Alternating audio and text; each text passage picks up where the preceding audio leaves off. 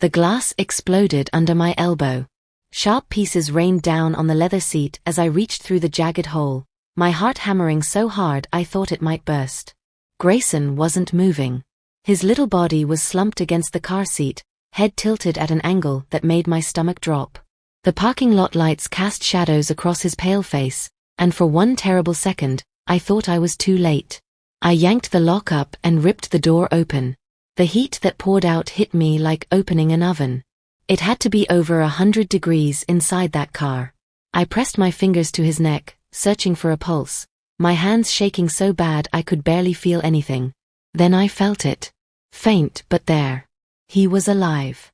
I scooped him up, his skin burning hot against my arms, and that's when I heard it. The bass from inside the club, thumping so loud the walls seemed to shake. Music. Laughter.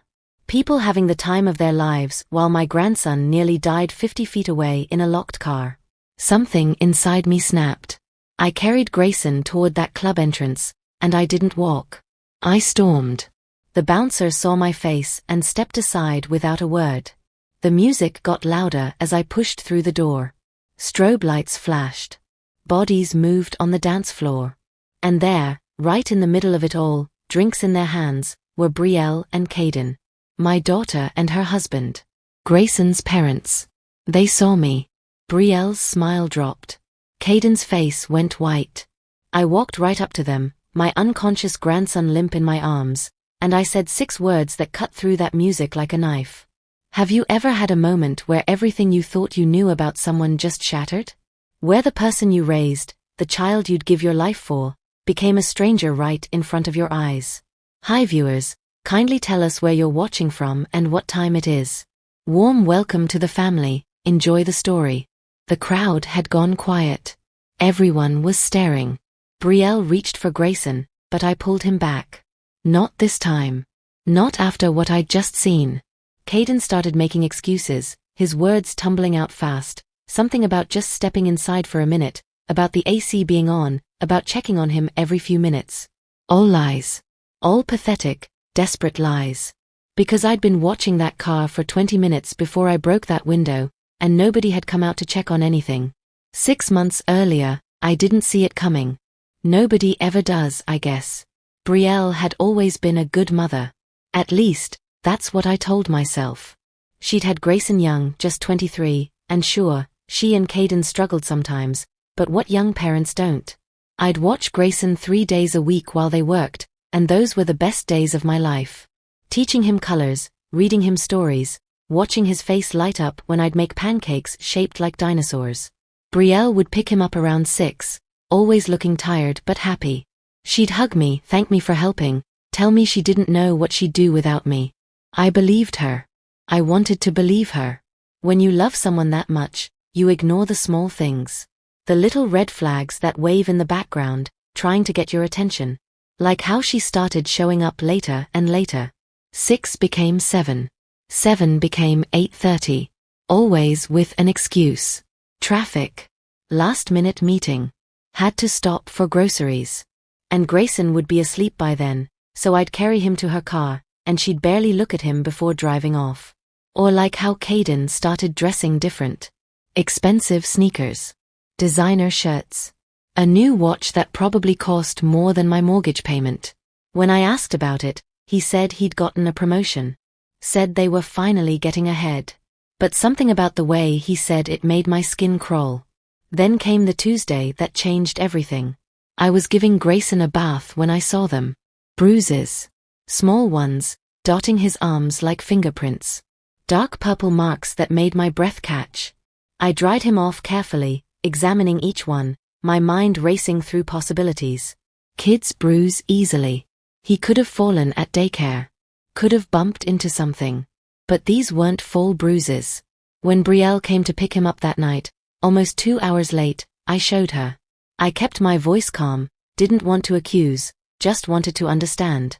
She looked at the bruises for maybe 3 seconds before shrugging. Said he'd been roughhousing with Caden. Said boys will be boys. Said I was worrying too much, like always. The way she said that last part, like I was some paranoid old woman who didn't know anything, that stuck with me. Because I'd raised her. I'd kissed her scraped knees and stayed up all night when she had the flu and worked 2 jobs to keep food on the table. I knew what parental concern looked like, and this wasn't paranoia. This was instinct screaming that something was wrong. The changes in Grayson came fast after that. He stopped talking as much. This kid who used to chatter nonstop about everything, asking why the sky was blue and how birds could fly and whether dinosaurs liked pizza, suddenly went quiet. He'd sit on my couch with his stuffed elephant, staring at nothing, and when I'd ask what was wrong, he'd just shake his head. He started flinching too. If I moved too quick to hug him, he'd jerk back. If I raised my voice even a little, even just to call him for lunch, his whole body would tense up. That's not normal. 4-year-olds shouldn't be scared of the people who love them. I tried talking to Brielle again. Called her one morning after drop-off, asked if everything was okay at home. She got defensive immediately. Said I was overstepping. Said she and Caden had everything under control. Said maybe I was spending too much time with Grayson, maybe I was confusing him, maybe I needed to back off and let them parent their own child. That hurt worse than she probably meant it to. Or maybe she meant it exactly that much. So I did what any grandmother would do. I started paying closer attention. I started looking at Brielle's social media, something I'd never really done before because I trusted her. And that's when I found the photos. Dozens of them, posted at all hours. Brielle and Caden at nightclubs. At bars. At parties with people I'd never seen before. Dressed up, drinks in hand, living like they were still in college. The timestamps were what killed me. Photos posted at midnight on a Tuesday. At 2 a.m. on a Thursday. One from last Saturday at 3 in the morning, Brielle making a duck face at the camera, Caden's arm around her waist, both of them clearly drunk. Who was watching Grayson during all this? I called her that night. Didn't even say hello, just asked her straight out. Told her I'd seen the photos. Told her I knew what she'd been doing. There was this long silence on the other end, and then she laughed. Actually laughed. Said I was stalking her now. Said what she did on her own time was none of my business. Said she deserved to have fun sometimes, that being a parent didn't mean giving up her entire life. I asked about Grayson again. Asked who was taking care of him while she was out partying until dawn. She said they had a babysitter. Said everything was fine. Said I was being dramatic and controlling and she was done with this conversation. Then she hung up on me. 2 days later, she sent me a text. Short and cold. Said she and Caden needed some space. Said they'd be taking a break from me watching Grayson for a while. Said she'd let me know when they were ready to talk again. She cut me off from my grandson, just like that, and there wasn't a thing I could do about it. The silence was unbearable. Days turned into weeks, and I didn't see Grayson once. I'd drive past their apartment sometimes, just hoping to catch a glimpse of him playing outside. Never saw him. The windows were always dark. I called Brielle 17 times. She answered once, told me to stop harassing her, then blocked my number. I couldn't eat. Couldn't sleep. Every time I closed my eyes, I saw those bruises on Grayson's arms. Saw his scared little face. Heard his quiet voice that used to be so loud and happy. Something was wrong. Every part of me knew it. But what could I do? I wasn't his parent. I had no legal rights. If I called CPS with nothing but a gut feeling and some bruises that could be explained away, I might make things worse. My friend Patricia suggested I talk to a lawyer. So I did. Spent $200 I didn't really have for a consultation with some family law attorney who told me what I already knew. Unless I could prove abuse or neglect, unless I had real evidence, there was nothing I could do. Grandparents' rights in this state were practically non-existent. I left that office feeling more helpless than I'd ever felt in my life. 3 weeks after Brielle cut me off, I saw something that made my blood run cold. I was at the grocery store, just trying to keep myself busy, when I ran into one of Brielle's old co-workers. Woman named Tracy who I'd met a few times at birthday parties. She asked how Grayson was doing, and I said I hadn't seen him in a while. Her face changed. Got this uncomfortable look.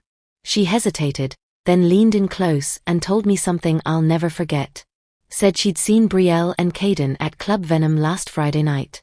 Said they were there until closing, completely wasted, and she'd wanted to go over and say hi, but they looked like they were in their own world. Then she asked me something that made my heart stop. She asked who was watching Grayson. I must have looked as sick as I felt because Tracy grabbed my arm and said she was sorry for bringing it up. But before she walked away, she told me one more thing. Said Brielle and Caden were regulars at that club. Said she'd seen them there almost every weekend for the past 2 months. Said it wasn't her place to judge, but she thought I should know. That night, I barely slept. My mind kept racing through possibilities. Maybe they really did have a good babysitter. Maybe Grayson was safe at home with someone responsible. Maybe I was overreacting, letting my worry turn into paranoia like Brielle said. But then I remembered those bruises. That flinching. That silence. And I knew I had to find out the truth, whatever it took. Friday night came, and I made a decision I never thought I'd make. I was going to follow them. The idea felt crazy, felt like something you'd see in a movie, but I didn't know what else to do. If they were really going out and leaving Grayson alone, or with someone dangerous, I needed to know. I needed proof. I parked down the street from their apartment at 8 p.m., engine off, windows cracked, feeling like some kind of private investigator.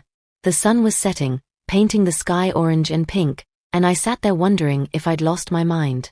What kind of grandmother stalks her own daughter? The kind who's desperate, I guess. The kind who can't sleep at night because she's terrified something terrible is happening to her grandson. Around 9:30, they came out. Brielle was wearing a tight red dress I'd never seen before, heels so high I don't know how she walked in them. Caden had on black jeans and a silk shirt, gold chain around his neck catching the streetlight. They looked good. They looked happy. They looked like people who didn't have a care in the world. They got in their car and drove off. I waited 30 seconds, then followed. My hands were shaking on the steering wheel. I stayed back far enough that they wouldn't notice me, following them through traffic lights and turns, my heart pounding the whole time. They headed downtown, toward the part of the city that comes alive after dark. Restaurants, bars, clubs with neon signs and lines of people waiting to get in. They pulled into a parking lot behind a place called Club Venom.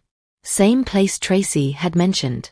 I parked across the street, in the shadows where they couldn't see me, and watched. They got out, laughing about something, Caden's hand on Brielle's waist, and walked toward the entrance. The bouncer nodded at them like he knew them. Like they came here all the time. And they went inside without looking back once. I sat there for a minute, trying to decide what to do. Should I go home? Should I go to their apartment and check on Grayson? But I didn't have a key, and if someone was there watching him, I'd look insane showing up and demanding to see him. I needed to be sure first. Needed to understand what was really happening. So I got out of my car and walked across that parking lot. That's when I saw it. A blue Honda Civic, parked in the far corner under a broken streetlight. And through the window, barely visible in the darkness, was a car seat. With a child in it. My legs moved before my brain caught up. I walked toward that car, my breath coming faster, praying I was wrong, praying it wasn't what I thought it was. But the closer I got, the clearer it became. That was Grayson. My Grayson. Strapped in his car seat alone, the windows rolled up tight, not moving. I pressed my face to the glass. He was so still. Too still. And that's when I realized the car doors were locked, the engine was off, and it was 85 degrees outside, which meant it was probably over 100 inside that car, and my grandson had been left there like a piece of luggage while his parents danced and drank and forgot he existed. I don't remember making the decision to break that window, but suddenly my elbow was slamming into the glass, and everything that happened next changed all of our lives forever. The glass cutting into my arm didn't hurt.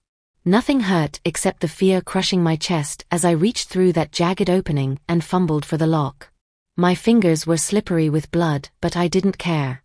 The button clicked up and I yanked the door open so hard the hinges groaned. Heat blasted my face like I'd opened a furnace.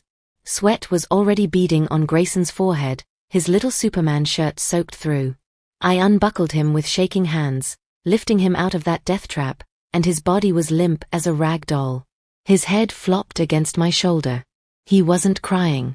Wasn't making any sound at all. That's what scared me most. I held my hand under his nose, feeling for breath. It was there, shallow and fast, but there.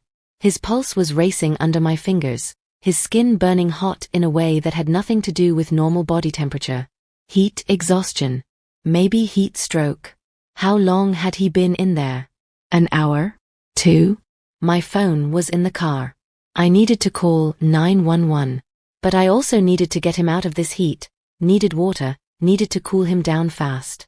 And more than anything, I needed to get to those parents who'd left him here to die. The club entrance was maybe 50 yards away. I could hear the music pounding from where I stood, some bass-heavy song that made the ground vibrate. People were laughing inside, having fun, living their best lives while my grandson fought to breathe in my arms. I started walking. Then I started running. The bouncer at the door saw me coming and his eyes went wide. I must have looked insane. Blood dripping from my arm. Carrying an unconscious child. My face probably showing every bit of the rage burning through my veins. He opened his mouth to say something, but I didn't stop. Didn't slow down. Just pushed past him through those doors into the chaos inside. Strobe lights flashed. Bodies packed the dance floor. The music was so loud I felt it in my bones. And I scanned that crowd like a hunter looking for prey, my eyes adjusting to the darkness, searching for the two people who'd just tried to kill their own son. There. By the bar. Brielle had a pink drink in her hand, laughing at something. Caden was leaning close to her ear, probably shouting over the music. They looked so carefree. So happy. Like they didn't have a single worry in the world. I walked straight toward them through that crowd, and people moved out of my way without me saying a word. Maybe it was my face. Maybe it was the bleeding arm or the limp child I carried. But a path cleared, and the closer I got to Brielle, the more the people around her started to notice. Started to stare. Started to nudge each other and point.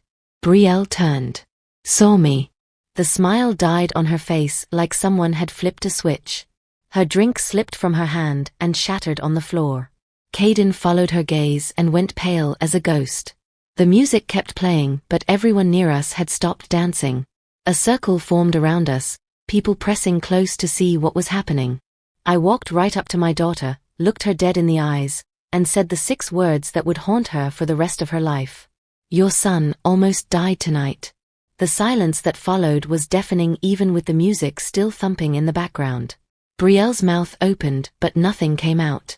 Caden took a step forward, reaching for Grayson, and I turned my body to block him. Don't you dare touch him. My voice came out low and hard, nothing like the gentle grandmother tone I usually used. This was something else. Something primal. A mother protecting her young, except in this case, I was protecting my grandson from his own parents. Brielle found her voice. What are you doing here? What happened to his arm? Did you hurt him? The accusation hit me like a slap. She was really going to try to flip this. Going to make me the bad guy. I held Grayson tighter, feeling his shallow breaths against my neck, and forced myself to stay calm. Forced myself not to scream. I found him locked in your car. Alone. Unconscious. In 100-degree heat. The crowd gasped. Someone behind me said, "Oh my God." Brielle's face went from white to red, her eyes darting around at all the people watching, all the phones that were probably recording this moment. Caden stepped forward again, his voice trying to sound reasonable. We just ran in for a minute. We were going to check on him. The AC was on. I wanted to hit him. Wanted to shake him until his teeth rattled. Instead, I held up my bloody arm, glass still embedded in the skin near my elbow. The car was off. The doors were locked. He wasn't breathing right. I had to break the window to get him out. More gasps from the crowd. Someone yelled they should call the cops. Brielle grabbed my arm, the one that wasn't bleeding, her nails digging into my skin. Mom, please. We can explain. Let's go outside and talk about this. She was worried about the scene. About the people watching. About her reputation. Not about her son, who was barely conscious in my arms. That's when I truly understood that I'd lost my daughter. The Brielle I'd raised, the one who used to cry over injured birds and give her lunch money to homeless people, she was gone. Replaced by this stranger who cared more about appearances than her own child's life. I pulled my arm free and headed for the door. The crowd parted again, people following us out like we were some kind of twisted parade. Brielle and Caden trailed behind, still trying to explain, still trying to make excuses that nobody wanted to hear. Outside, the night air felt cool compared to the heat of that club. I laid Grayson on the ground, checking his breathing again, tilting his head back to clear his airway. Someone handed me a bottle of water and I dribbled some on his lips. His eyelids fluttered. That's when I heard the sirens. The bouncer must have called. Either that or someone in the crowd did. Red and blue lights painted the parking lot as 2 police cars pulled in, followed 30 seconds later by an ambulance.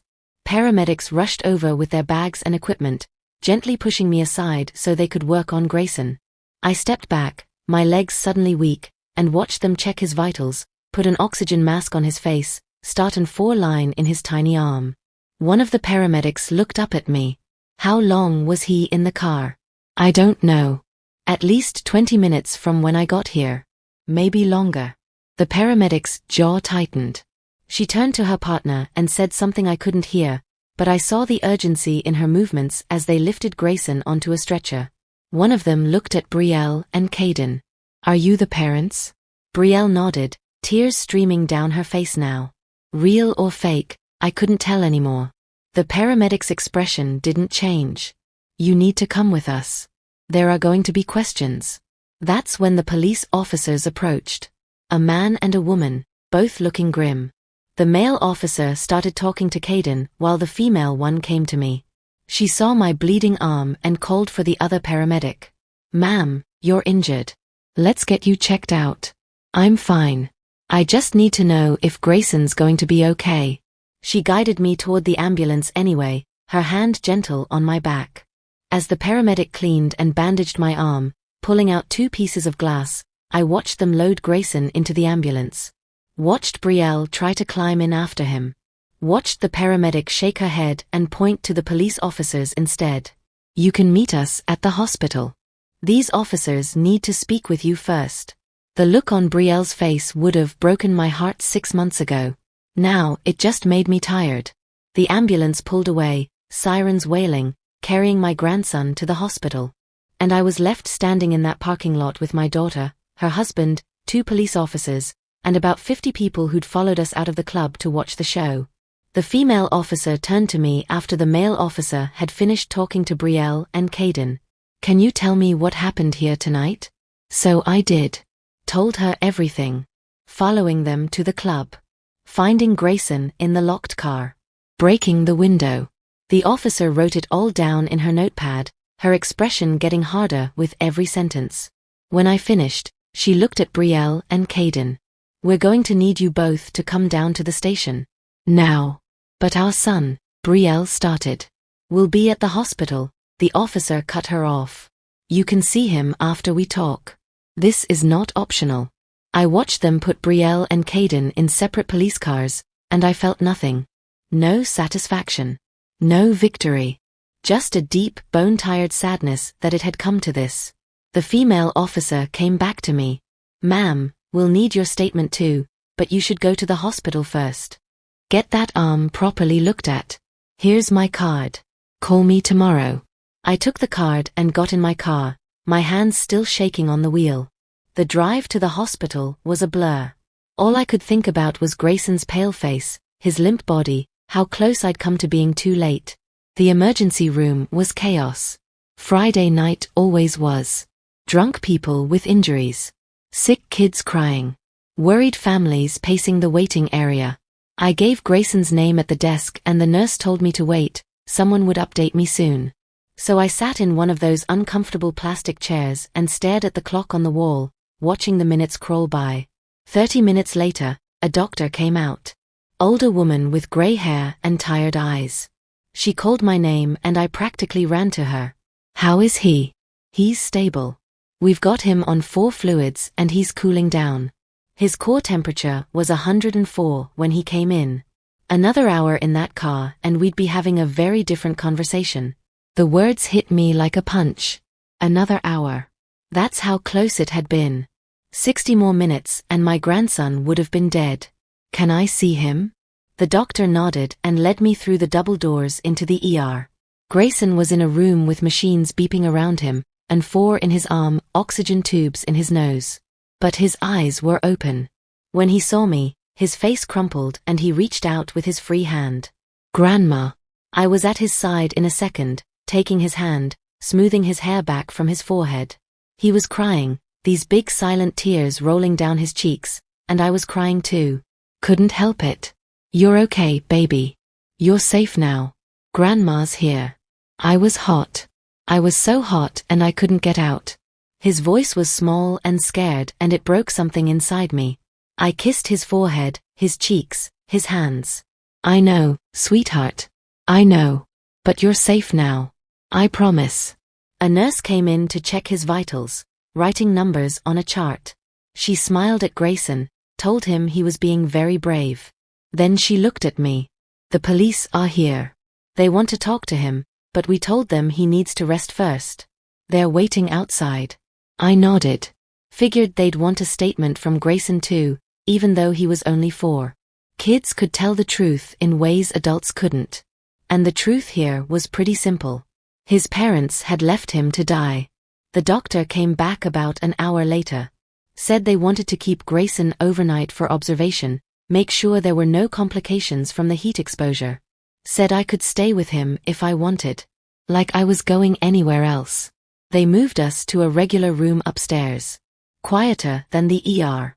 A nurse brought me a blanket and a pillow, told me the chair reclined if I wanted to sleep. I pulled it close to Grayson's bed and held his hand while he drifted off, his breathing finally steady and normal.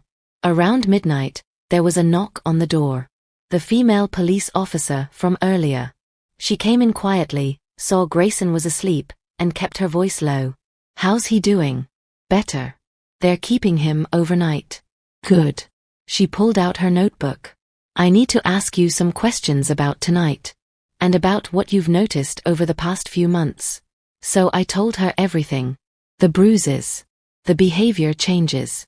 Brielle cutting me off from seeing Grayson. The social media posts. Finding them at the club. She wrote it all down, her expression getting grimmer with each detail. We're opening an investigation. Child Protective Services will be involved. There's going to be a court hearing to determine custody. What about Brielle and Caden? They're being charged with child endangerment and neglect. They're at the station now, being processed. They'll probably be released on bail tomorrow, but there will be a protective order. They won't be allowed near Grayson until the hearing. The relief that washed over me was overwhelming. He was safe. For now, at least, he was safe. The officer left around 1 a.m. I tried to sleep but couldn't stop replaying the night in my head. If I hadn't followed them. If I hadn't found him. If I'd been 5 minutes later, 10 minutes, an hour. The what-ifs were endless and terrifying. Grayson woke up around 3, disoriented and scared. I climbed into the hospital bed with him, something the nurses would probably yell at me for, and held him close. He fell back asleep with his head on my shoulder, and I watched his chest rise and fall, and thanked God I'd gotten there in time. The next few weeks were a nightmare of court dates, lawyers, and CPS interviews. Grayson stayed with me, had been staying with me since that night at the hospital. The protective order kept Brielle and Caden away, which was good because I don't think I could have handled seeing them without losing control. The hearing was set for 3 weeks after the incident. My lawyer, a sharp woman named Vanessa who specialized in family law, told me we had a strong case. The evidence was overwhelming. The police report. The hospital records. The witnesses from the club. Grayson's own testimony, given gently by a child psychologist who knew how to talk to traumatized kids. But strong case or not, I was terrified. Because at the end of the day, Brielle was still his mother. Courts like to keep kids with their parents whenever possible. What if the judge gave them another chance? What if they promised to do better and the system believed them? Vanessa must have seen the fear on my face because she put her hand on my shoulder. We're going to fight for him. That's all we can do. The morning of the hearing, I dressed Grayson in his nicest outfit. Blue button-up shirt and khaki pants. He looked so small and serious, like he understood how important today was. On the drive to the courthouse, he was quiet, staring out the window. Are Mommy and Daddy going to take me away? The question made my throat tight. I pulled into a parking space and turned to look at him. I don't know, baby. But I promise I'm going to do everything I can to keep you safe. He nodded, his little face so solemn it hurt to look at. We walked into that courthouse hand in hand. The courtroom was smaller than I expected. Wood paneling. Fluorescent lights. A judge's bench at the front. Brielle and Caden were already there with their lawyer, sitting on the opposite side. Brielle looked different. Hair pulled back. Conservative dress. No makeup. Trying to look like a responsible parent. When she saw Grayson, her face crumpled and she started crying. It might have worked on me once. Not anymore. The judge came in and everyone stood. An older black man with gray at his temples and reading glasses perched on his nose. He looked at the case file in front of him, then at all of us. This is a hearing to determine temporary custody of Grayson Reed, age 4. I've reviewed the police reports, medical records, and CPS findings. Let's proceed. The next 2 hours were brutal. Brielle's lawyer tried to paint it as a mistake. A lapse in judgment. Said his clients were young parents who'd made an error but deeply loved their son. Said they'd completed a parenting class and were in counseling. Said they deserved a second chance. Vanessa countered with the evidence. The pattern of neglect. The bruises. The isolation from family support. The multiple instances of partying while Grayson was left alone or improperly supervised. She called me to the stand and I told my story, trying to keep my voice steady. When it was over, the judge looked at Brielle and Caden. Do you have anything you'd like to say? Brielle stood up, tears streaming. Your Honor, I love my son. I made a terrible mistake. I know that. But I'm his mother. I'm trying to do better. Please don't take him away from me. She sounded sincere. Maybe she even believed it. But words were easy. Actions were what mattered. The judge was quiet for a long moment, looking at his papers, then at Grayson who sat beside me holding my hand so tight it hurt. Finally, he spoke. This court takes child safety very seriously. Based on the evidence presented, I find that the child was subjected to life-threatening neglect. While I understand the defendants are young and may have made a mistake, the severity of that mistake cannot be overlooked. My heart was pounding so hard I thought everyone could hear it. Therefore, I am granting temporary full custody to the maternal grandmother, pending a review in 6 months. The parents will have supervised visitation rights once per week, supervised by a court-appointed social worker. They must complete parenting classes, maintain employment, and submit to random drug testing. After 6 months, we will reconvene to determine if reunification is appropriate. Brielle sobbed. Caden put his head in his hands. And I sat there holding Grayson, relief washing over me so strong I felt dizzy. We'd won. For now, at least, we'd won. That was a year ago. Sitting here now, watching Grayson play in the backyard with his new puppy, it feels like a lifetime. He's 5 now in kindergarten, and he laughs again. Really laughs, the kind that comes from deep in your belly. The kind I thought I might never hear again. The bruises faded. The fear in his eyes faded too, slowly, with time and patience and so much love. He still has nightmares sometimes. Still gets anxious when it's hot outside. But he's healing. Kids are resilient like that. Brielle and Caden completed their requirements. Did the classes, went to counseling, showed up for every supervised visit. At the 6-month review, the judge extended my custody but increased their visitation. They see him every weekend now, still supervised, but working toward unsupervised visits. I don't know if they've really changed. Don't know if people can change that fundamentally. But I see them trying. See Brielle looking at Grayson differently now, like she finally understands what she almost lost. Caden quit his job at whatever company required him to dress like a rap star and got something steadier, with normal hours. They moved to a smaller apartment, stopped going out to clubs. Maybe it'll stick. Maybe it won't. All I know is that Grayson is safe. That's what matters. The thing about that night, the thing I think about when I can't sleep, is how close it came to being a different story. If I hadn't followed them. If I hadn't trusted my instincts. If I'd waited just a little longer before breaking that window. It would have been a funeral instead of a custody hearing. An obituary instead of a recovery. People ask me sometimes if I regret how it all went down. If I wish I'd handled it differently, more quietly, without the public scene. And I tell them the same thing every time. I do it exactly the same way. Because my grandson is alive. He's healthy.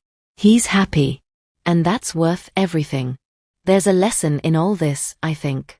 About trusting your gut when something feels wrong. About protecting the vulnerable, even when it's hard, even when it costs you relationships. About how parenthood isn't something you get by biology alone. It's earned through sacrifice and presence and putting someone else's needs before your own wants. Grayson runs up to me now, the puppy, a golden retriever we named Buddy, bouncing at his heels. "Grandma, watch this." He throws a ball and Buddy chases it, tripping over his own paws. Grayson giggles and it's the most beautiful sound in the world. "I did good," I tell him, pulling him into a hug. "You did real good, Buddy." And sitting there in my backyard on a Sunday afternoon, watching my grandson play with his dog, I finally feel something I haven't felt in over a year. Peace. The fight isn't over.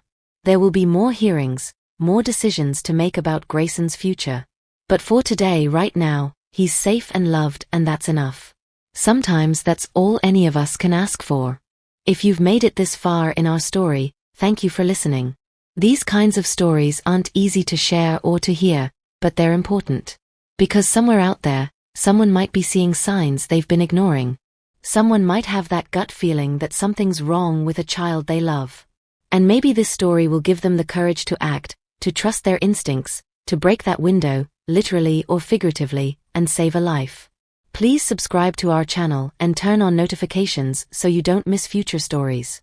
Share your thoughts in the comments below. Your words might inspire someone else who needs to hear them. And if you know a child who needs help, don't wait. Don't second-guess yourself. Trust what you know in your heart to be true. Because every child deserves to be safe. Every child deserves to be protected. And sometimes, it takes just one person willing to stand up and fight for them. Thank you for being part of this community. Until next time, take care of each other.